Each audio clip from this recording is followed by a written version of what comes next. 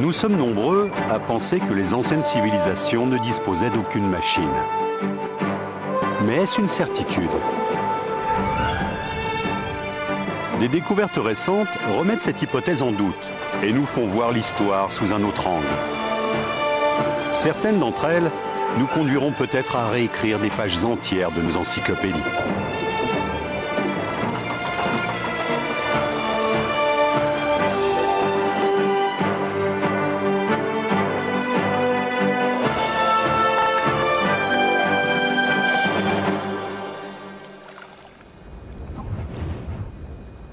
Alors que l'Europe traverse l'âge des ténèbres, la Chine impériale atteint son apogée.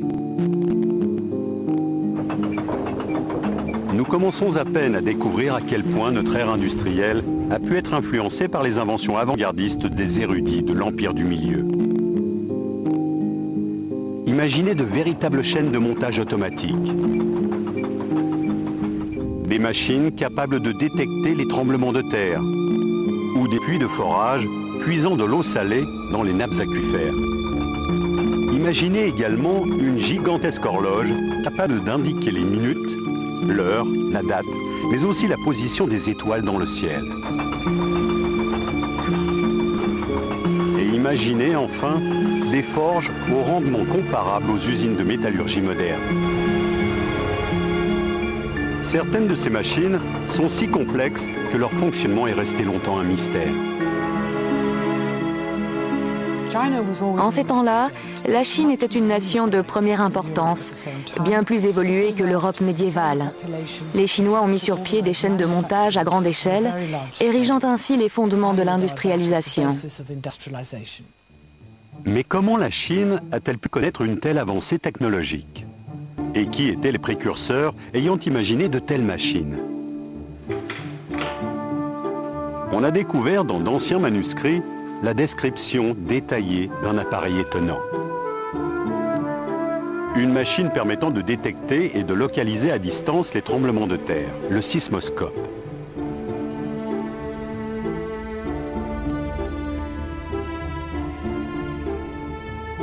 Il a été imaginé et construit pendant le IIe siècle après Jésus-Christ par Zhang Heng, un des plus grands inventeurs chinois, rivalisant de génie avec d'illustres occidentaux comme Archimède ou Léonard de Vinci.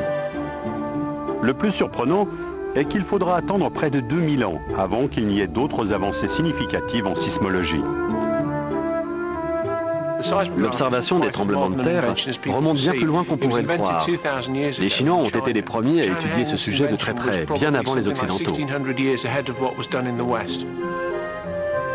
De nos jours, les installations modernes, comme le centre sismologique de Beijing, font appel à la technologie numérique pour documenter la plus infime secousse sismique.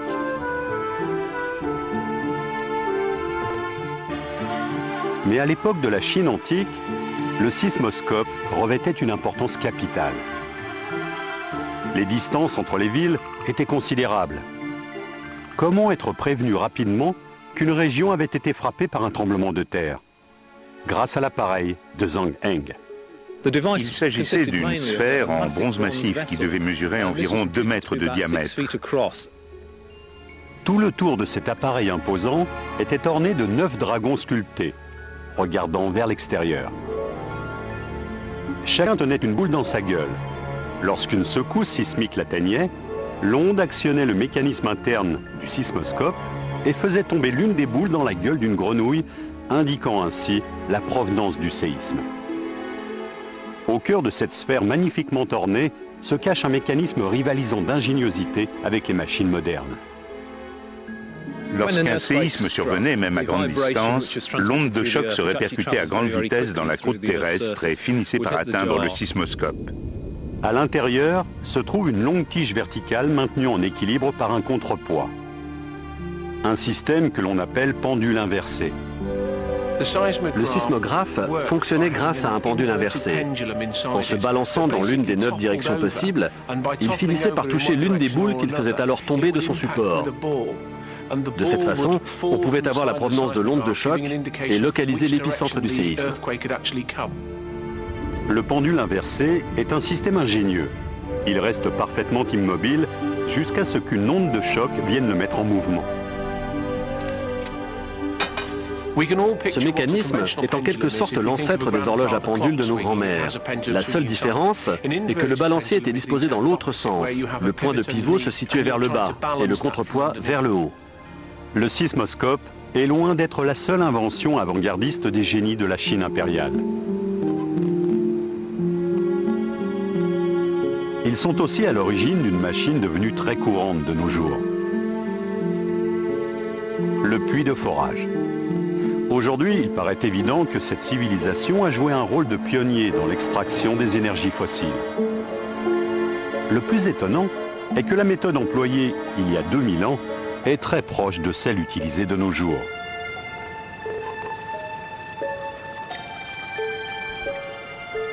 Aussi incroyable que ça puisse paraître, il y a 2 millénaires, les Chinois avaient mis en place des puits de forage de sel.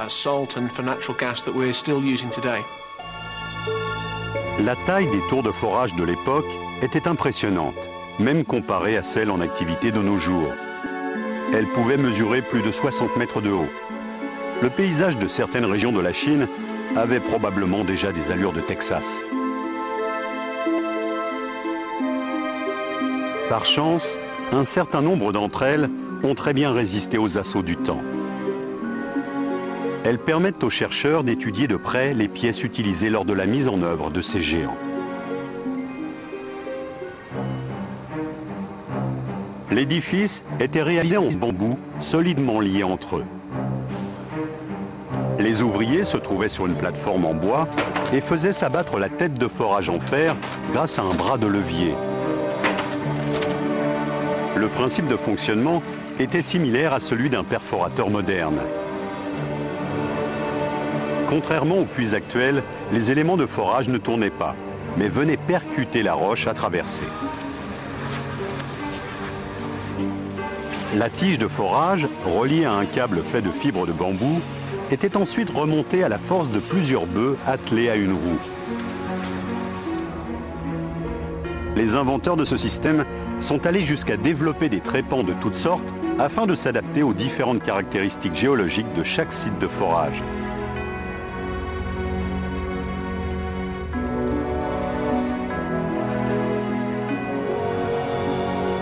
Grâce à ce système, il devenait possible d'aller puiser l'eau dans les strates les plus profondes, où elle était le plus saturée en sel. Après extraction, l'eau provenant de l'aquifère était acheminée via un réseau de conduite vers un autre site où elle était bouillie. Le sel était ainsi récolté et revendu à prix d'or. Mais c'est avec la dynastie Song, au tournant du premier millénaire, que la pré-industrialisation a atteint son zénith en Chine. Des machines colossales sont inventées, à des échelles qui resteront inégalées en Occident pendant plus de 1000 ans. Les méthodes de production imaginées par les Chinois sont très proches de celles encore appliquées de nos jours. C'est également à cette période que les premiers systèmes de production à la chaîne sont mis en place, ouvrant la voie des siècles plus tard à la révolution industrielle.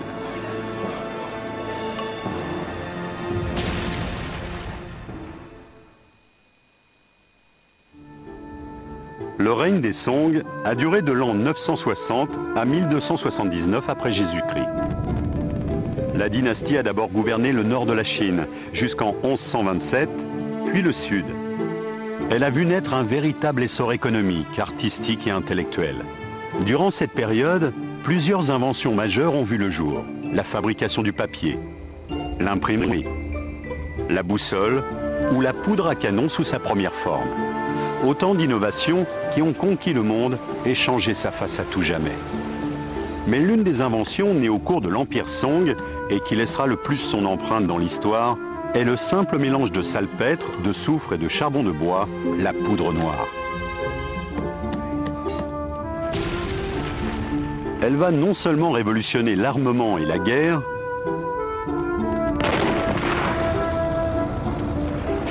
mais aussi conduire à l'invention des moteurs fusées, une étape essentielle à la conquête de l'espace par l'homme.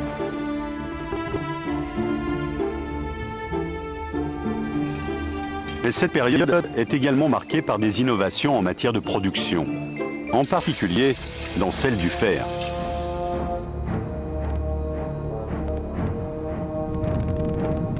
Dans la province de Shantung, une découverte récente nous a permis de dévoiler l'importance de la production métallurgique de la Chine antique. Il s'agit des ruines d'une forge datant de la dynastie Song.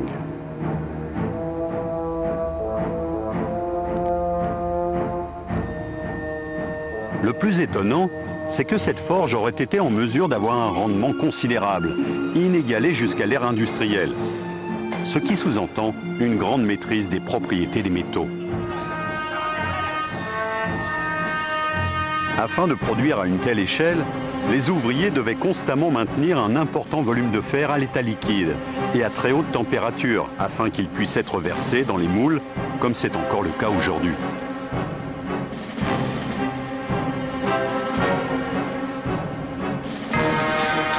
L'une des façons de maintenir la température d'un haut fourneau est d'y insuffler de l'air, comme on le fait en soufflant sur les braises d'un barbecue. De nos jours, les sites de production emploient des pompes à air électriques.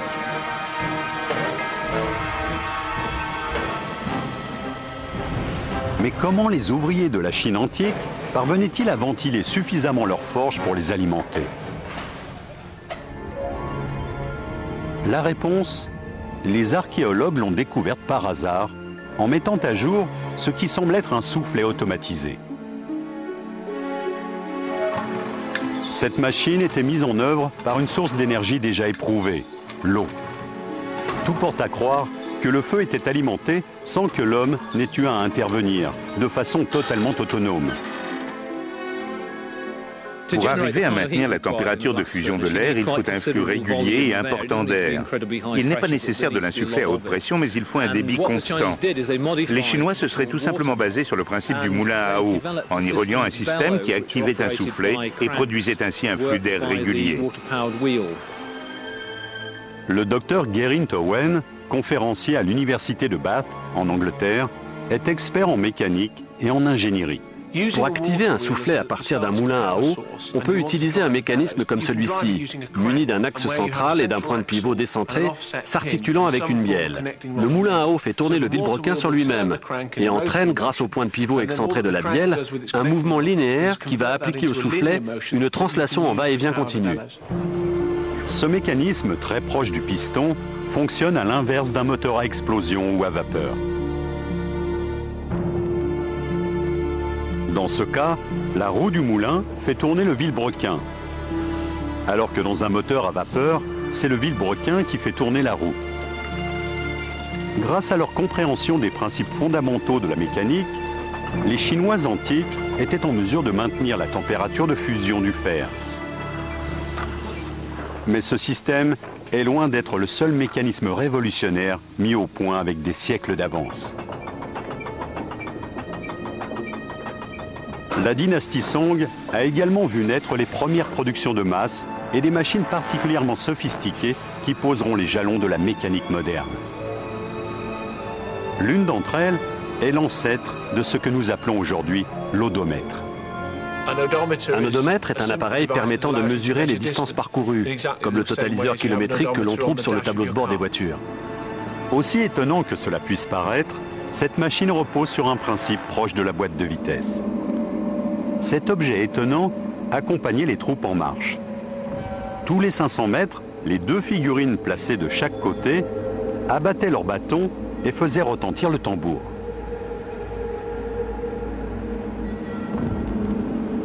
Il s'agit ici d'une reproduction à échelle réduite de cette invention.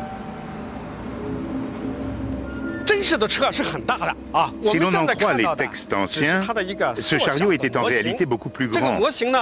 Ceci n'en est qu'un modèle réduit. À l'intérieur, on découvre un engrenage entraîné par la roue du chariot. Il s'agit en fait ni plus ni moins d'un mécanisme capable de ralentir la vitesse de rotation de la dernière roue crantée par rapport à celle de la roue du chariot, de façon à ce qu'elle fasse une révolution tous les 500 mètres parcourus.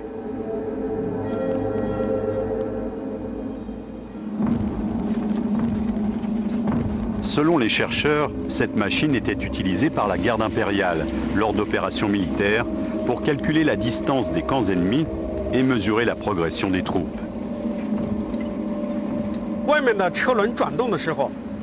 Lorsque la roue tourne, Elle entraîne un train d'engrenage. La roue menante est solidaire d'un petit pignon qui entraîne la rotation d'une roue crantée plus grande. Cette dernière est surmontée d'un axe muni d'un loquet qui vient en contact avec une tige reliée à une ficelle. En entraînant cette tige, le bras des figurines est armé puis relâché pour percuter le tambour. Ce système n'est autre que le précurseur de la boîte de vitesse, comme nous le démontre Geraint Owen sur une transmission de moto. L'élément clé de ce chariot était le train d'engrenage dont il était équipé. Voilà comment ça fonctionne sur une boîte de vitesse de moto. Ici, c'est le pignon de sortie. Vous voyez que le nombre de tours qu'il effectue est différent de celui que j'applique au pignon relié au vilebrequin. La boîte de vitesse sert à réduire la vitesse de rotation du moteur avant de la transmettre aux roues motrices. C'est le même principe avec cette inversion, si ce n'est que le rapport de vitesse était encore plus important, puisque le pignon de sortie ne faisait qu'un tour tous les 500 mètres.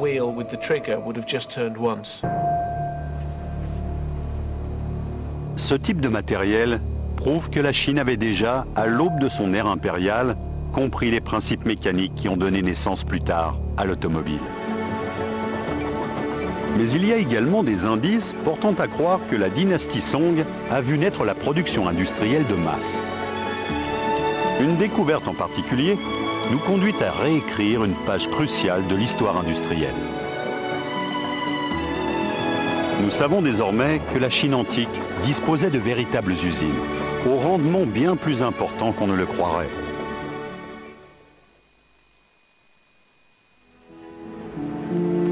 C'est durant le règne de la dynastie Song que la Chine antique a connu son plus grand essor intellectuel et artistique.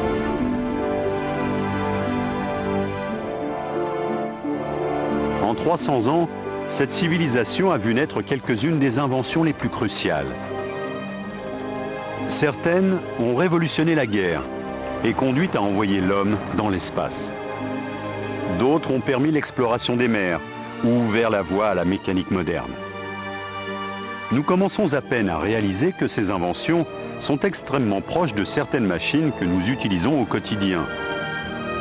Ce qui nous conduit à nous demander si nous ne les avons pas tout simplement réinventées.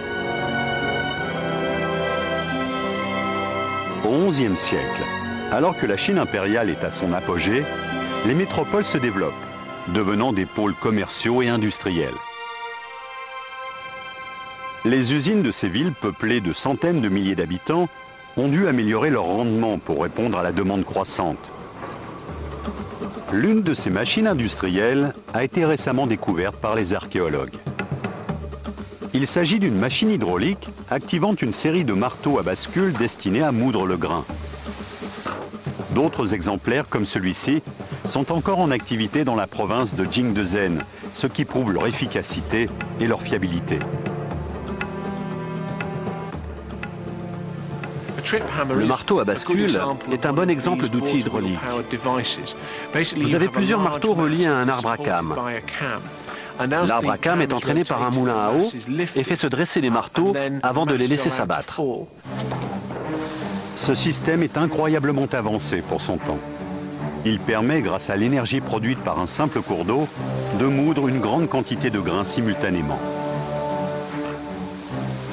D'un avant-gardisme saisissant, il consiste en une association des quelques-unes des plus grandes lois de la physique, l'énergie cinétique et de gravité. La roue est reliée à un axe transverse, dans lequel sont insérées des planches de bois qui contrôlent chacune un marteau à bascule. La roue fait pivoter l'axe. Une pression est alors exercée sur les leviers des marteaux, les faisant se lever. Une fois qu'ils ont atteint un angle de 60 degrés d'inclinaison, les marteaux sont libérés et retombent lourdement sur le matériau à moudre. Chaque marteau exerce une pression de 45 kg. Cela signifie qu'avec 8 marteaux, ce sont 360 kg de pression qui s'abattent à chaque tour. D'après certains écrits, ces machines ne servaient pas seulement à moudre le grain, mais aussi à façonner des pièces de métal, comme nous le faisons aujourd'hui.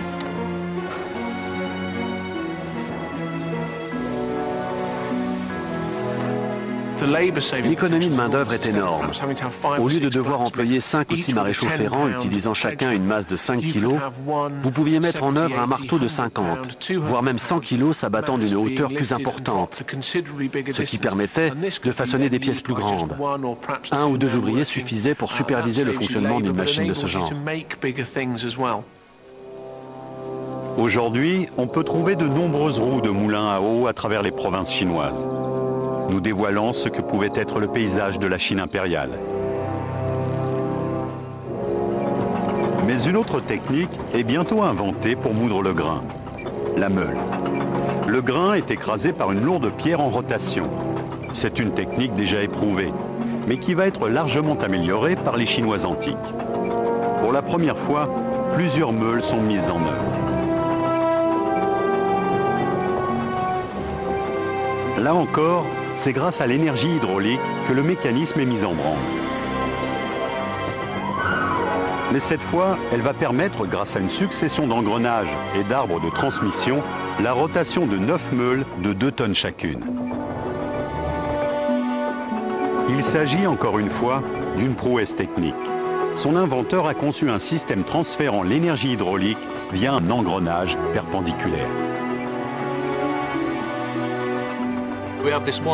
Vous avez une grande roue reliée à un arbre de transmission sur lequel sont fixées plusieurs roues crantées qui vont transférer l'énergie. Elles sont en contact avec d'autres roues crantées placées à 90 degrés autour des meules qui entraînent un mouvement contrarotatif et permettent la mise en mouvement de plusieurs rangées de meules. C'est un système ingénieux au rendement quasi industriel. Là encore, la technologie employée dans la mise en œuvre de cette machine ne sera pas exploité en Occident avant des siècles.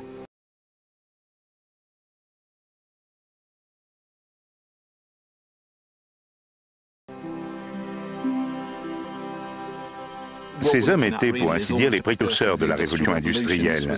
Ces machines avaient un rendement comparable à celui de nos usines modernes.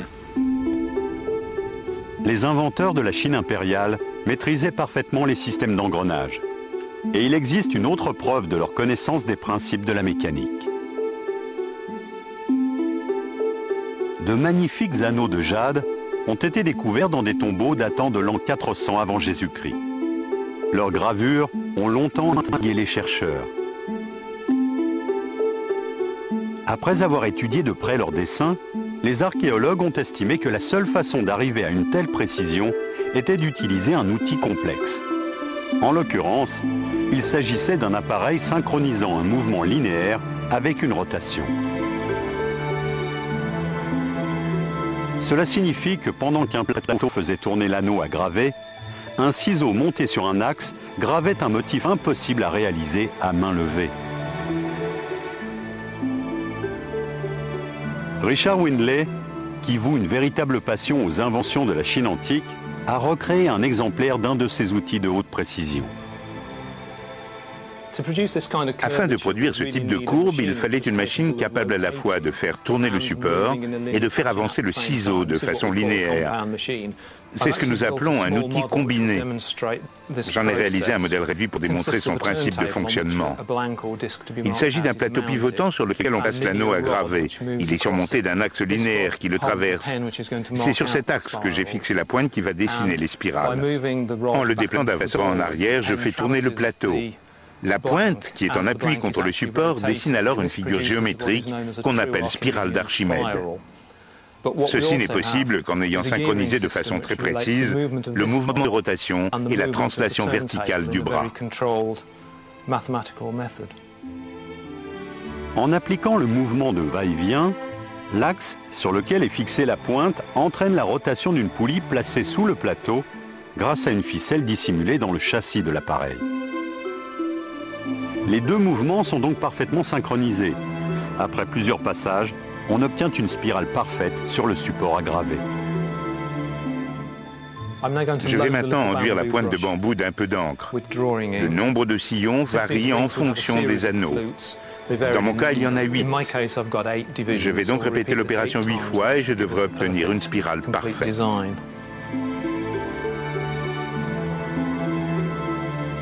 Nous savons maintenant que ce type d'appareil a été utilisé pour graver le jade grâce à une pointe ornée d'un diamant. Pendant des milliers d'années, les innovations technologiques de la Chine impériale se sont transmises à l'Occident via l'Asie centrale et le Proche-Orient par la route de la soie. Mais il existe une découverte archéologique majeure qui laisse entrevoir l'impressionnante productivité de l'Empire du Milieu. Quelque chose qui a été mis au jour il y a une trentaine d'années seulement est classé 8e merveille du monde par l'UNESCO.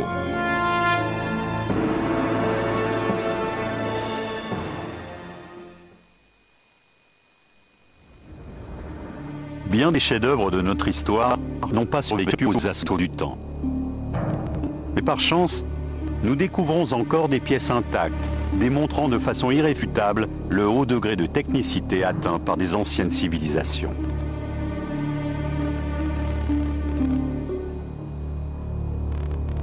L'extraordinaire armée de terre cuite du premier empereur en est un exemple flagrant. Située en plein cœur de la Chine, à 1200 km à l'ouest de Shanghai, elle reposait dans un tumulus gigantesque depuis 2 millénaires. La découverte de ce tumulus et l'excavation de cette armée est l'un des plus grands événements archéologiques de l'histoire, au moins aussi important que celle des pyramides de Gizeh. Il y a beaucoup d'autres tombeaux en Chine, mais aucun n'est aussi vaste. Cette armée composée de 8000 hommes, d'une qualité de réalisation exceptionnelle, sert de garde rapprochée à la dépouille de l'empereur Qin Shi Huangdi.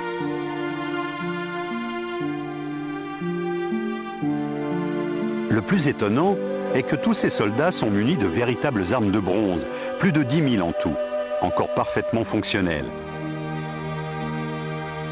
Il s'agit manifestement des mêmes armes que celles utilisées sur les champs de bataille à l'époque.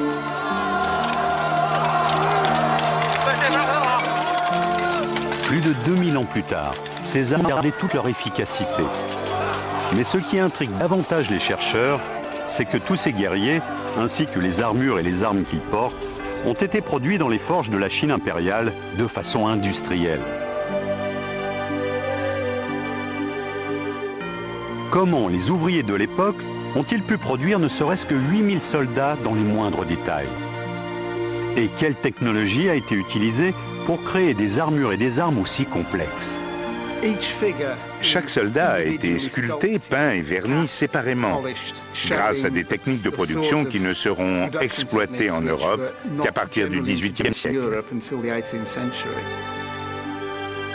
La superficie occupée par ce mausolée, 56 km², laisse songeur. Aujourd'hui, plus de 30 ans après sa découverte, on sait qu'il renferme encore bien des trésors. L'une des découvertes les plus étonnantes faites dans ce tumulus est une série de chars. Ces véhicules grandeur nature devaient accompagner l'empereur dans son voyage vers l'au-delà. En y regardant de plus près, on ne peut que constater le souci du détail et l'immense soin apporté à la réalisation de ces reproductions. Cet ouvrage a posé les jalons des nouveaux standards de la production métallurgique.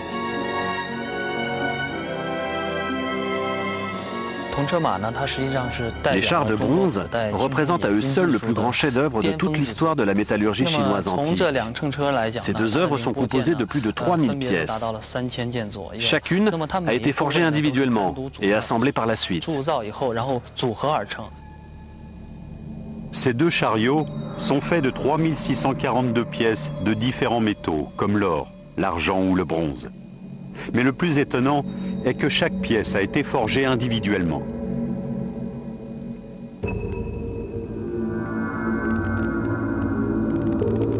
Cela revenait à façonner à la main, un à un, chaque élément d'un puzzle de plus de 3500 pièces, sans pouvoir s'assurer que l'une s'assemblerait avec l'autre avant que le projet ne soit totalement achevé. Mais au final, le résultat s'avère parfait. L'assemblage a été réalisé grâce à la soudure. Cette technique consiste à joindre deux pièces de métal en appliquant un autre métal en fusion. De nos jours, c'est une pratique plus que courante. Mais à l'époque, comment était-ce possible? La soudure de certains matériaux demande des techniques très particulières et du matériel de pointe. Le fait que les Chinois antiques aient pu souder des plaques de bronze ensemble démontre leur maîtrise des propriétés des métaux et leur avancée technologique considérable en matière de production de chaleur. Le damasquinage était également employé. Ce procédé consiste à emboîter deux pièces de métal l'une dans l'autre. Encore une technique que les métallurgistes de la Chine antique maîtrisaient. Les Occidentaux mettront des siècles avant d'employer ces procédés.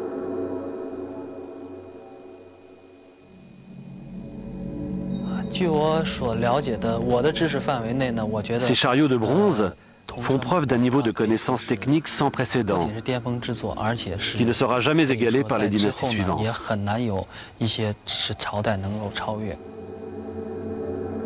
À ce jour, ces chariots demeurent les pièces de bronze les plus importantes jamais découvertes dans toute l'histoire de l'archéologie. Et pourtant, au sein de ce tumulus, vieux de 22 siècles, il existe des œuvres bien plus impressionnantes sur le plan technique. Chaque soldat de la garde impériale était armé. Les archéologues en charge de ce site ont mis au jour tout un arsenal incluant des fers de lance, des carreaux d'arbalète, des mécanismes de détente, des lames de hallebarde de 3 mètres et des épées de 90 cm toujours tranchantes comme des rasoirs. Ce nombre incroyable d'armes traduit à lui seul la taille des usines qui les produisaient ainsi que l'efficacité de leur rendement comparable à celui d'un centre de production moderne. Chaque arme a été minutieusement fondue dans des moules, puis ornée, sculptée, aiguisée et polie. Mais derrière ces armes se cache un incroyable secret de fabrication. Comment des lames vieilles de plus de 2 millénaires peuvent-elles avoir gardé leur éclat? Comment ont-elles pu conserver leur solidité et leur tranchant après tout ce temps passé sous terre? Grâce à des moyens d'analyse à la pointe du progrès, les archéologues pensent avoir découvert la réponse. Les lames sont recouvertes d'une fine particule grise foncée. Aussi incroyable que cela puisse paraître, il s'agirait d'oxyde de chrome, un métal faisant barrière à la corrosion que l'Occident ne découvrira que bien plus tard. Il s'agissait d'une couche d'oxyde de chrome. Ça signifie que pendant la dynastie des Qin, on avait déjà compris comment l'utiliser. En Occident, on a commencé à exploiter le chrome qu'en 1930, en Allemagne, et en 1950 aux États-Unis. La Chine impériale avait près de 2000 ans d'avance. Les fouilles du tumulus du premier empereur de Chine sont loin d'être achevées. Quelle autre surprise nous attend? Quelle autre innovation technique reste à découvrir? Si les armes sont des pièces déjà impressionnantes, les soldats de l'armée de terre cuite ne le sont pas moins et leur conception demeure mystérieuse. Comment a-t-on pu produire une telle quantité de figurines plus grandes que nature, réalisées avec un tel souci du détail le plus infime? Il s'agit en tout cas de l'un des plus grands chefs-d'œuvre de l'histoire. La fabrication des soldats de terre cuite démontre que la Chine antique était une société semi-industrielle. On estime qu'il a fallu réunir 700 000 ouvriers et consacrer 10 années de travail, peut-être même plus, uniquement pour la réalisation de l'armée. Mais cette armée de terre cuite n'est que la partie visible de l'iceberg. Si l'on en croit les textes anciens, le tombeau de l'empereur lui-même serait la réplique d'un temple au plafond constellé de pierres précieuses, s'il a résisté au pillage. La ville de Lingtong, non loin du site archéologique, a été choisie pour abriter la réplique réalisée à l'ancienne de cette armée fictive. C'est une tâche difficile à réaliser, même aujourd'hui. Alors imaginez ce que ça devait être il y a 2000 ans. La fabrication d'un seul de ces soldats devait prendre une vingtaine de jours environ. Le corps de chaque soldat est fait d'argile sur laquelle sont ensuite sculptés tous les détails avec une grande minutie, comme les armures ou les expressions faciales, toujours différentes. Ces travaux de reconstitution ont apporté une conclusion effarante. Il a fallu près de 150 kg d'argile pour façonner chaque soldat. Au total, pour obtenir les 8000 guerriers de cette armée, il aura donc fallu près de 1200 tonnes de matériaux. Aucun four n'a été découvert jusqu'à ce jour près du site. La cuisson de l'argile reste donc une énigme. Certains chercheurs avancent que chaque statue était enduite d'une couche de boue, grâce à un four à céramique délivrant une chaleur pouvant atteindre les 1000 degrés. Il a certainement fallu de très grands fours pour arriver à une telle capacité de production. Hélas, nous n'en avons découvert aucun.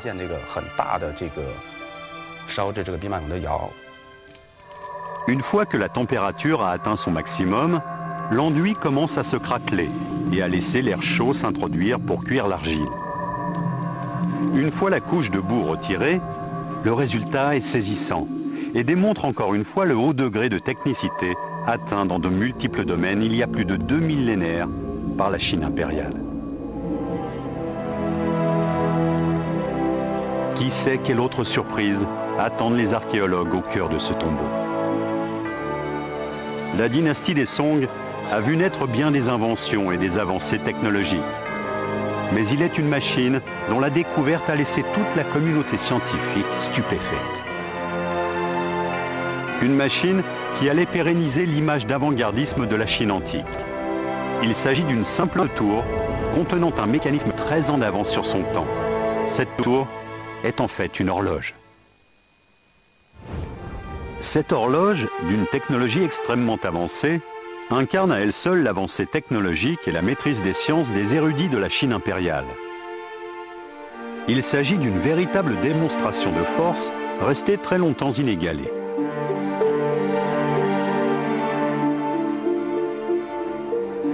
Tout comme les grandes inventions grecques ou romaines, elle a été conçue par un génie à l'esprit particulièrement novateur. Ce maître de la mécanique de haute précision et ingénieur pluridisciplinaire se nomme Su Song.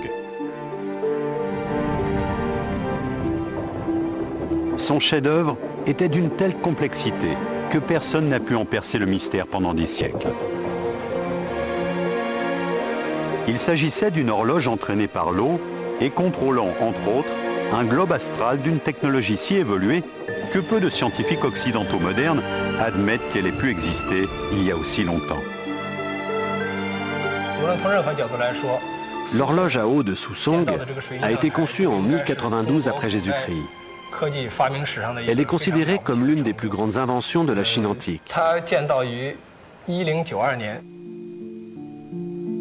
Le mécanisme complexe mis au point par Su Song était capable non seulement d'indiquer l'heure et les minutes, mais aussi les semaines, les mois et les saisons. Les Chinois de l'Antiquité avaient déjà compris que le calendrier reflétait les révolutions de la Terre autour du Soleil. Mais ce qui donne à cette machine sa dimension extraordinaire, c'est qu'elle pouvait également indiquer la position des planètes dans le ciel. Les Chinois de l'Antiquité étaient persuadés que la position des planètes influait sur le destin de leur nation et de ses dirigeants. Cet édifice, construit au XIIIe siècle, est situé dans la province de Henan, à 500 km au sud de Beijing, est le plus ancien observatoire chinois. On peut encore observer la course du Soleil le long de ce canal central.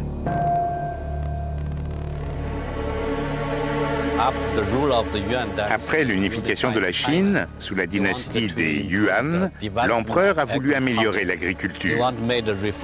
Il voulait réformer les calendriers pour que tous les agriculteurs puissent savoir à quel moment récolter le maïs. Tous les jours, il notait la hauteur du soleil et le tracé de sa course. Ensuite, en se basant sur ces données, il a produit un nouveau calendrier. Il avait calculé que le Soleil faisait le tour complet de la Terre en 365 jours, 5 heures, 49 minutes et 12 secondes.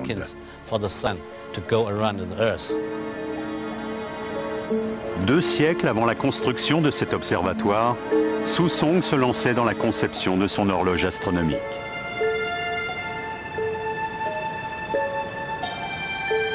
Au-delà d'indiquer le temps avec une précision déroutante, cette machine a démontré l'avancée technologique et la suprématie scientifique de la Chine impériale.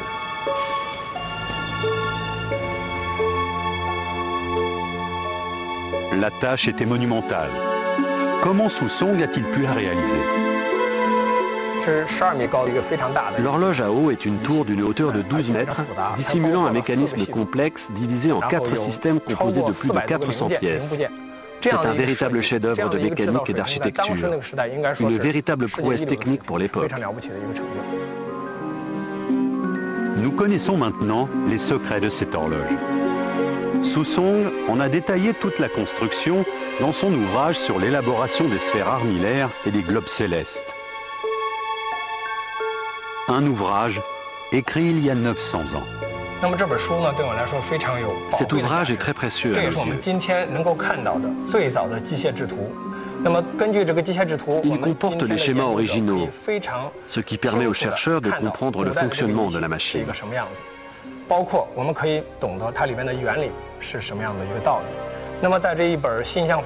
Il contient au total 47 illustrations, montrant toutes les pièces et leur assemblage.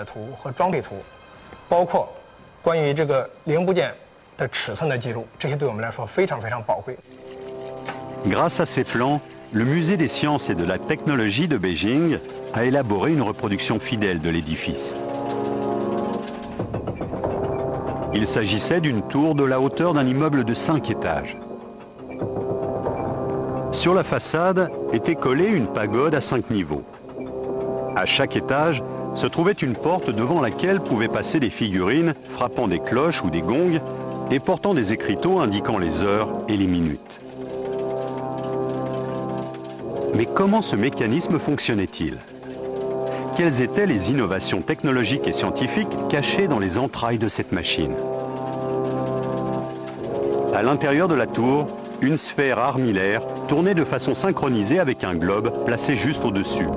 Cela signifie que les astronomes de l'époque pouvaient comparer les références de ces deux supports et ainsi enregistrer de très nombreuses données.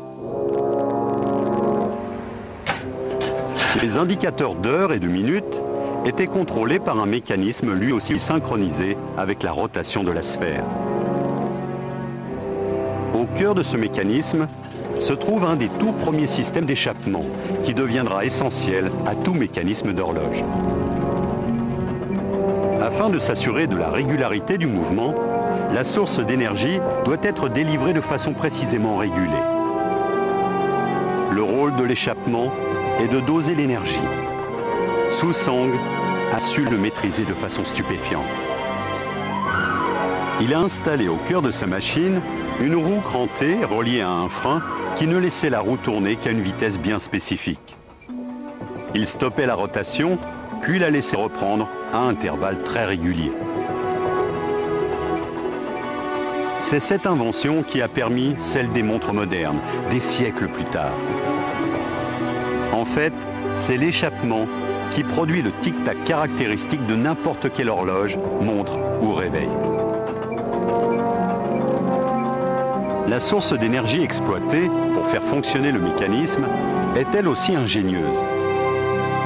Une roue à aube recueillait l'eau d'une rivière et faisait tourner l'axe principal. Cette machine trôna au sommet du palais de la dynastie des Song au XIe siècle. Elle est considérée par de nombreux spécialistes comme le plus grand chef-d'œuvre mécanique de tout le Moyen-Âge.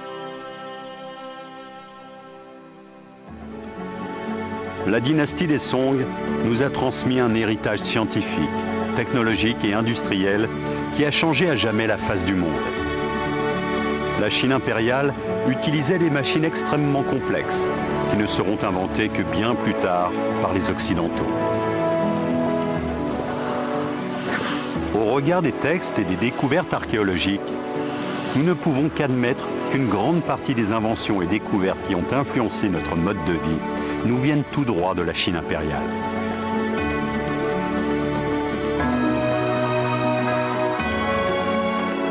Devrons-nous réécrire les livres d'histoire? Serons-nous conduits à revoir tout ce que nous pensions savoir?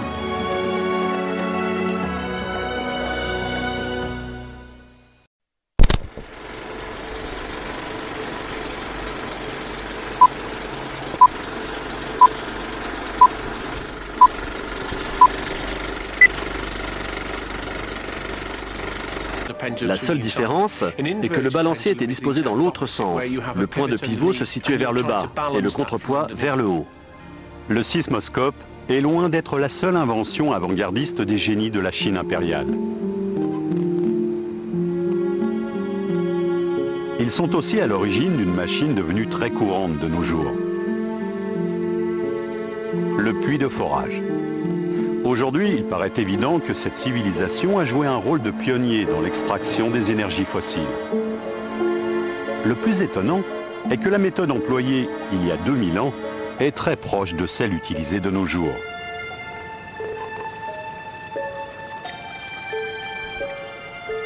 Aussi incroyable que ça puisse paraître, il y a 2 millénaires, les Chinois avaient mis en place des puits de forage de sel. La taille des tours de forage de l'époque était impressionnante, même comparée à celle en activité de nos jours. Elle pouvait mesurer plus de 60 mètres de haut. Le paysage de certaines régions de la Chine avait probablement déjà des allures de Texas. Par chance, un certain nombre d'entre elles ont très bien résisté aux assauts du temps. Elles permettent aux chercheurs d'étudier de près les pièces utilisées lors de la mise en œuvre de ces géants. L'édifice était réalisé en bambou, solidement liés entre eux. Les ouvriers se trouvaient sur une plateforme en bois et faisaient s'abattre la tête de forage en fer grâce à un bras de levier. Le principe de fonctionnement était similaire à celui d'un perforateur moderne. Contrairement aux puits actuels, les éléments de forage ne tournaient pas, mais venaient percuter la roche à traverser. La tige de forage, reliée à un câble fait de fibres de bambou, était ensuite remontée à la force de plusieurs bœufs attelés à une roue. Les inventeurs de ce système sont allés jusqu'à développer des trépans de toutes sortes afin de s'adapter aux différentes caractéristiques géologiques de chaque site de forage.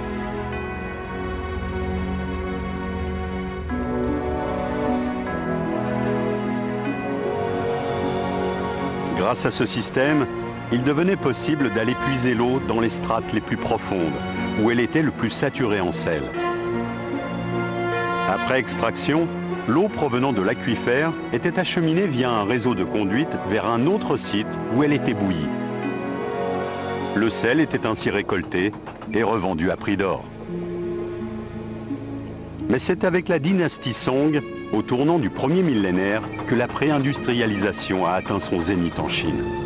Des machines colossales sont inventées, à des échelles qui resteront inégalées en Occident pendant plus de 1000 ans. Les méthodes de production imaginées par les Chinois sont très proches de celles encore appliquées de nos jours. C'est également à cette période que les premiers systèmes de production à la chaîne sont mis en place, ouvrant la voie des siècles plus tard à la révolution industrielle.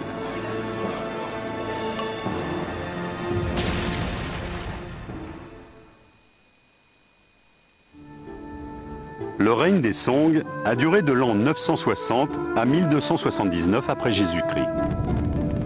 La dynastie a d'abord gouverné le nord de la Chine jusqu'en 1127, puis le sud. Elle a vu naître un véritable essor économique, artistique et intellectuel. Durant cette période, plusieurs inventions majeures ont vu le jour. La fabrication du papier, l'imprimerie, la boussole ou la poudre à canon sous sa première forme. Autant d'innovations qui ont conquis le monde et changé sa face à tout jamais. Mais l'une des inventions nées au cours de l'Empire Song et qui laissera le plus son empreinte dans l'histoire est le simple mélange de salpêtre, de soufre et de charbon de bois, la poudre noire. Elle va non seulement révolutionner l'armement et la guerre,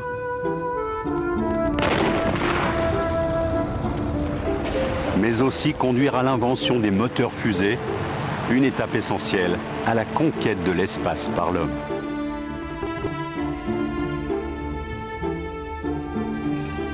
Mais cette période est également marquée par des innovations en matière de production, en particulier dans celle du fer.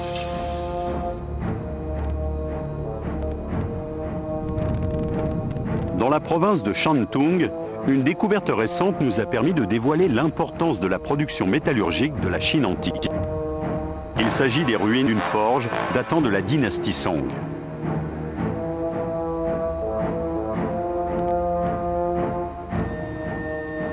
Le plus étonnant, c'est que cette forge aurait été en mesure d'avoir un... Voilà comment ça fonctionne sur une boîte de vitesse de moto. Ici, c'est le pignon de sortie. Vous voyez que le nombre de tours qu'il effectue est différent de celui que j'applique au pignon relié au vilebrequin. La boîte de vitesse sert à réduire la vitesse de rotation du moteur avant de la transmettre aux roues motrices. C'est le même principe avec cette inversion, si ce n'est que le rapport de vitesse était encore plus important, puisque le pignon de sortie ne faisait qu'un tour tous les 500 mètres.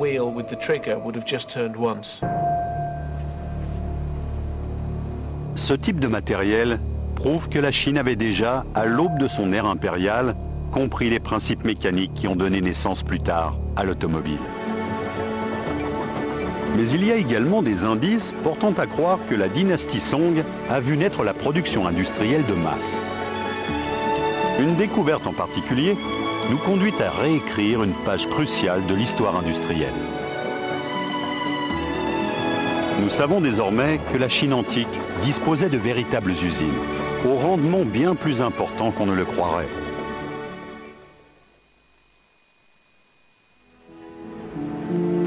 C'est durant le règne de la dynastie Song que la Chine antique a connu son plus grand essor intellectuel et artistique.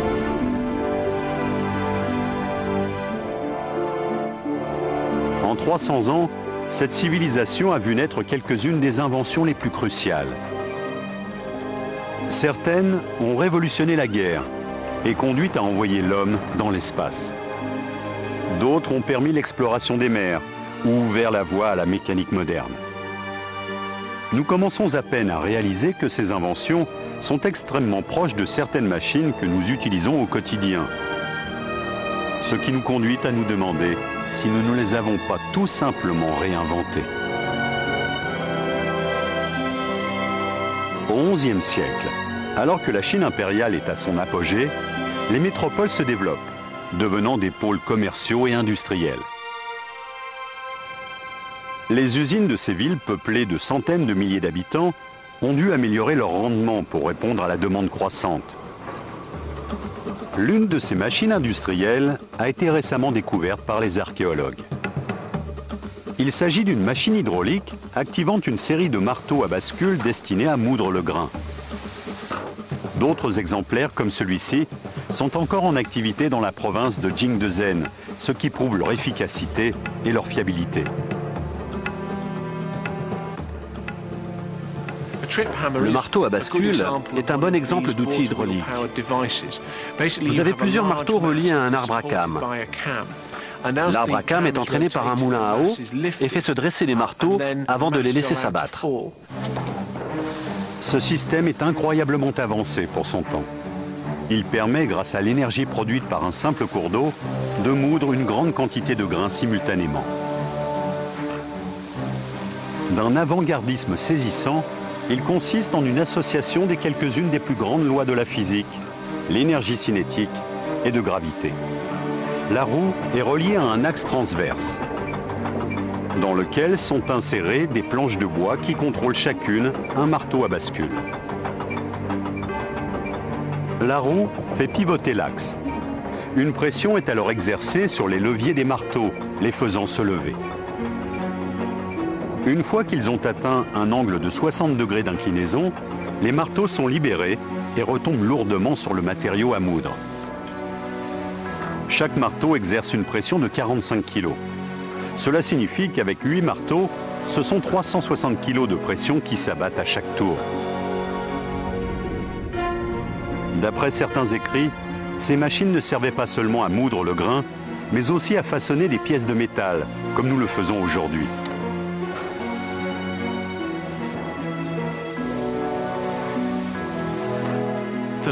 L'économie de main-d'œuvre est énorme.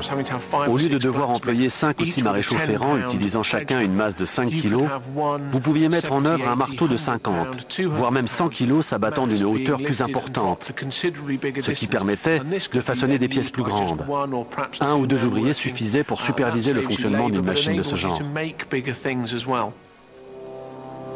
Aujourd'hui, on peut trouver de nombreuses roues de moulins à eau à travers les provinces chinoises, nous dévoilant ce que pouvait être le paysage de la Chine impériale. Mais une autre technique est bientôt inventée pour moudre le grain, la meule. Le grain est écrasé par une lourde pierre en rotation. C'est une technique déjà éprouvée, mais qui va être largement améliorée par les Chinois antiques.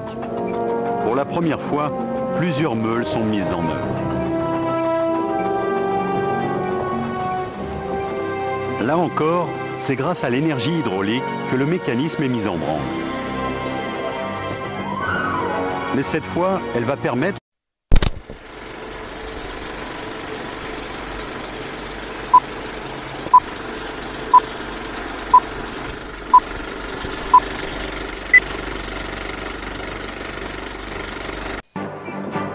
Nous sommes nombreux à penser que les anciennes civilisations ne disposaient d'aucune machine. Mais est-ce une certitude? Des découvertes récentes remettent cette hypothèse en doute et nous font voir l'histoire sous un autre angle. Certaines d'entre elles nous conduiront peut-être à réécrire des pages entières de nos encyclopédies.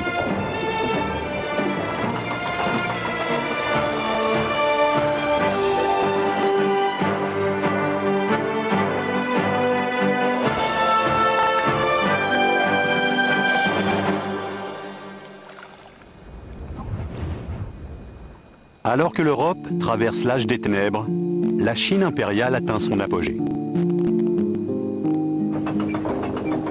Nous commençons à peine à découvrir à quel point notre ère industrielle a pu être influencée par les inventions avant-gardistes des érudits de l'Empire du Milieu. Imaginez de véritables chaînes de montage automatiques. Des machines capables de détecter les tremblements de terre ou des puits de forage puisant de l'eau salée dans les nappes aquifères. Imaginez également une gigantesque horloge capable d'indiquer les minutes, l'heure, la date, mais aussi la position des étoiles dans le ciel.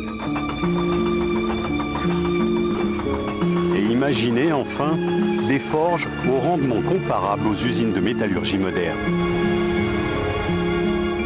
Certaines de ces machines sont si complexes que leur fonctionnement est resté longtemps un mystère. En ces temps-là, la Chine était une nation de première importance, bien plus évoluée que l'Europe médiévale. Les Chinois ont mis sur pied des chaînes de montage à grande échelle, érigeant ainsi les fondements de l'industrialisation. Mais comment la Chine a-t-elle pu connaître une telle avancée technologique? Et qui étaient les précurseurs ayant imaginé de telles machines? On a découvert dans d'anciens manuscrits la description détaillée d'un appareil étonnant.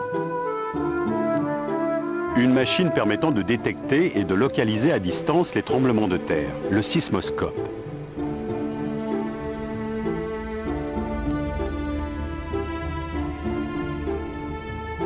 Il a été imaginé et construit pendant le IIe siècle après Jésus-Christ par Zhang Heng, un des plus grands inventeurs chinois, rivalisant de génie avec d'illustres occidentaux comme Archimède ou Léonard de Vinci. Le plus surprenant est qu'il faudra attendre près de 2000 ans avant qu'il n'y ait d'autres avancées significatives en sismologie. L'observation des tremblements de terre remonte bien plus loin qu'on pourrait le croire. Les Chinois ont été les premiers à étudier ce sujet de très près, bien avant les Occidentaux. De nos jours, les installations modernes, comme le centre sismologique de Beijing, font appel à la technologie numérique pour documenter la plus infime secousse sismique.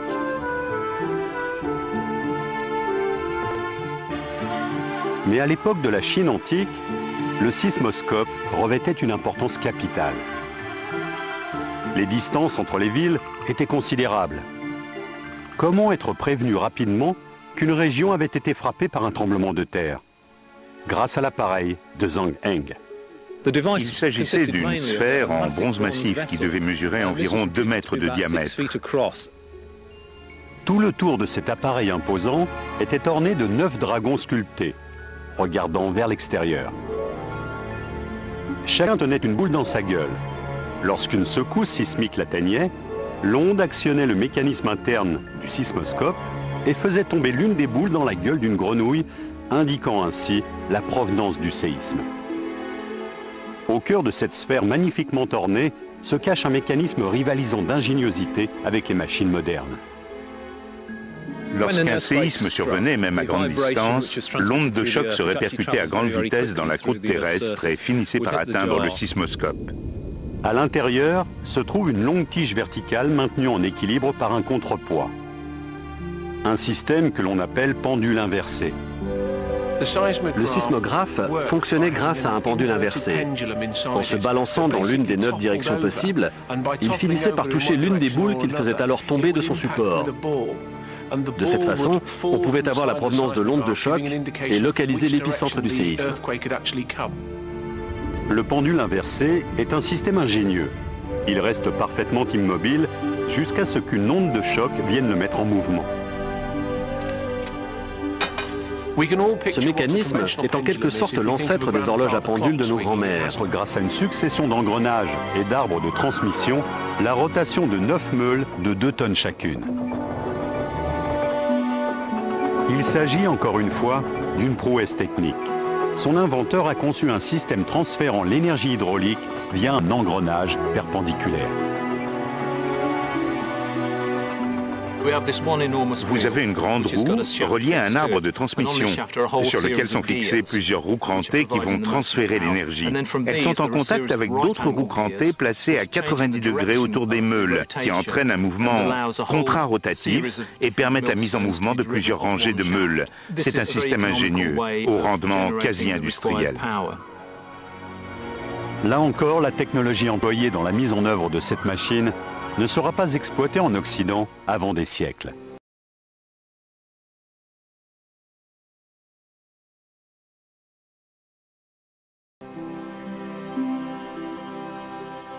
Ces hommes étaient, pour ainsi dire, les précurseurs de la révolution industrielle. Ces machines avaient un rendement comparable à celui de nos usines modernes. Les inventeurs de la Chine impériale maîtrisaient parfaitement les systèmes d'engrenage. Et il existe une autre preuve de leur connaissance des principes de la mécanique.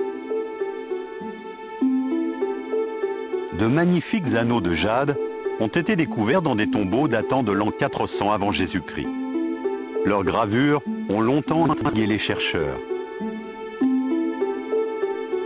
Après avoir étudié de près leurs dessins, les archéologues ont estimé que la seule façon d'arriver à une telle précision était d'utiliser un outil complexe. En l'occurrence, il s'agissait d'un appareil synchronisant un mouvement linéaire avec une rotation. Cela signifie que pendant qu'un plateau faisait tourner l'anneau à graver, un ciseau monté sur un axe gravait un motif impossible à réaliser à main levée. Richard Windley, qui voue une véritable passion aux inventions de la Chine antique, a recréé un exemplaire d'un de ces outils de haute précision. Afin de produire ce type de courbe, il fallait une machine capable à la fois de faire tourner le support et de faire avancer le ciseau de façon linéaire. C'est ce que nous appelons un outil combiné. J'en ai réalisé un modèle réduit pour démontrer son principe de fonctionnement. Il s'agit d'un plateau pivotant sur lequel on passe l'anneau à graver. Il est surmonté d'un axe linéaire qui le traverse. C'est sur cet axe que j'ai fixé la pointe qui va dessiner les spirales. En le déplaçant d'avant en arrière, je fais tourner le plateau. La pointe, qui est en appui contre le support, dessine alors une figure géométrique qu'on appelle spirale d'Archimède. Ceci n'est possible qu'en ayant synchronisé de façon très précise le mouvement de rotation et la translation verticale du bras. En appliquant le mouvement de va-et-vient, l'axe sur lequel est fixée la pointe entraîne la rotation d'une poulie placée sous le plateau grâce à une ficelle dissimulée dans le châssis de l'appareil. Les deux mouvements sont donc parfaitement synchronisés. Après plusieurs passages, on obtient une spirale parfaite sur le support à graver. Je vais maintenant enduire la pointe de bambou d'un peu d'encre. Le nombre de sillons varie en fonction des anneaux. Dans mon cas, il y en a 8. Je vais donc répéter l'opération 8 fois et je devrais obtenir une spirale parfaite.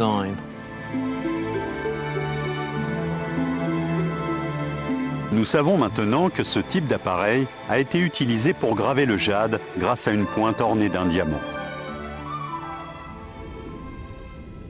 Pendant des milliers d'années, les innovations technologiques de la Chine impériale se sont transmises à l'Occident via l'Asie centrale et le Proche-Orient par la route de la soie.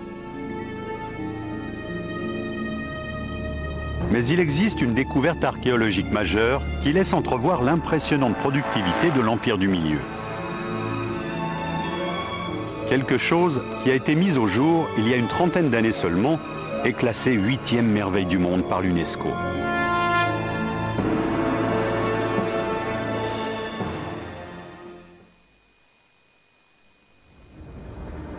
Bien des chefs-d'œuvre de notre histoire n'ont pas survécu aux assauts du temps. Mais par chance, nous découvrons encore des pièces intactes, démontrant de façon irréfutable le haut degré de technicité atteint par des anciennes civilisations.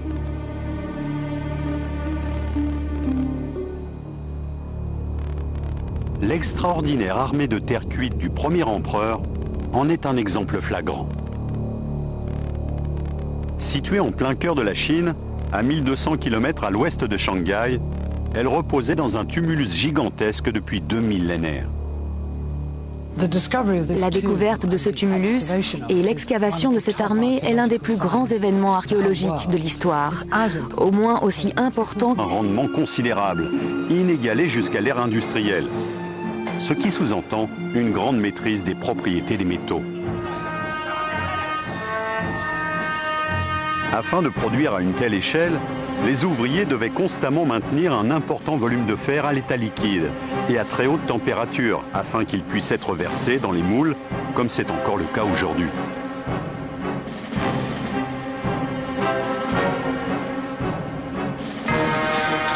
L'une des façons de maintenir la température d'un haut fourneau est d'y insuffler de l'air, comme on le fait en soufflant sur les braises d'un barbecue.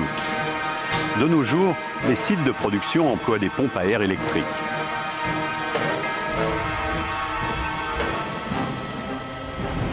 Mais comment les ouvriers de la Chine antique parvenaient-ils à ventiler suffisamment leurs forges pour les alimenter? La réponse, les archéologues l'ont découverte par hasard en mettant à jour ce qui semble être un soufflet automatisé.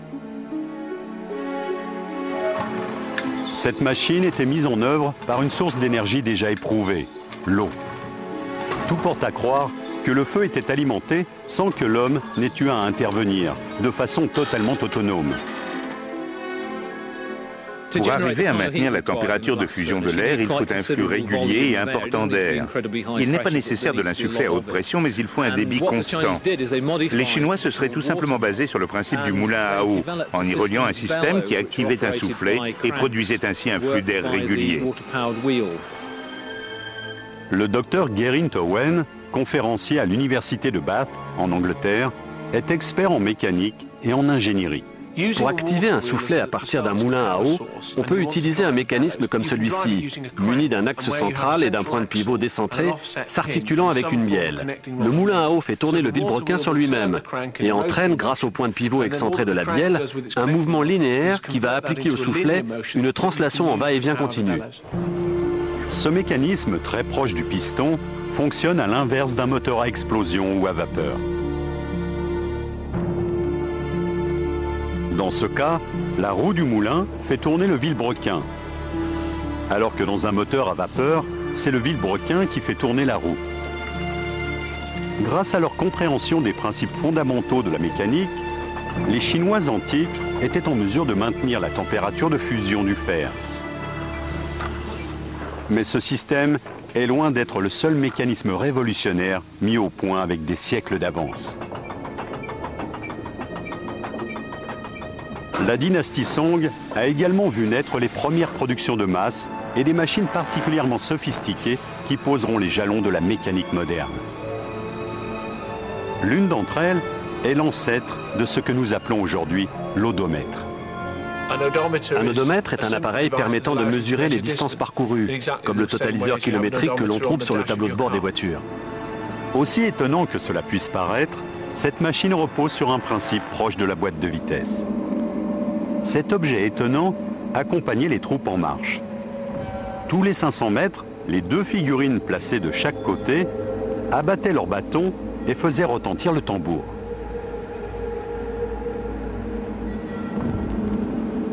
Il s'agit ici d'une reproduction à échelle réduite de cette invention. Si l'on en croit les textes anciens, ce chariot était en réalité beaucoup plus grand. Ceci n'en est qu'un modèle réduit. À l'intérieur, on découvre un engrenage entraîné par la roue du chariot. Il s'agit en fait ni plus ni moins d'un mécanisme capable de ralentir la vitesse de rotation de la dernière roue crantée par rapport à celle de la roue du chariot, de façon à ce qu'elle fasse une révolution tous les 500 mètres parcourus.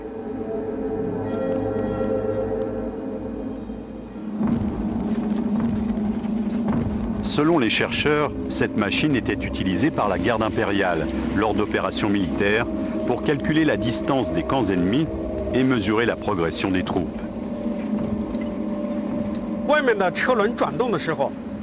Lorsque la roue tourne, elle entraîne un train d'engrenage.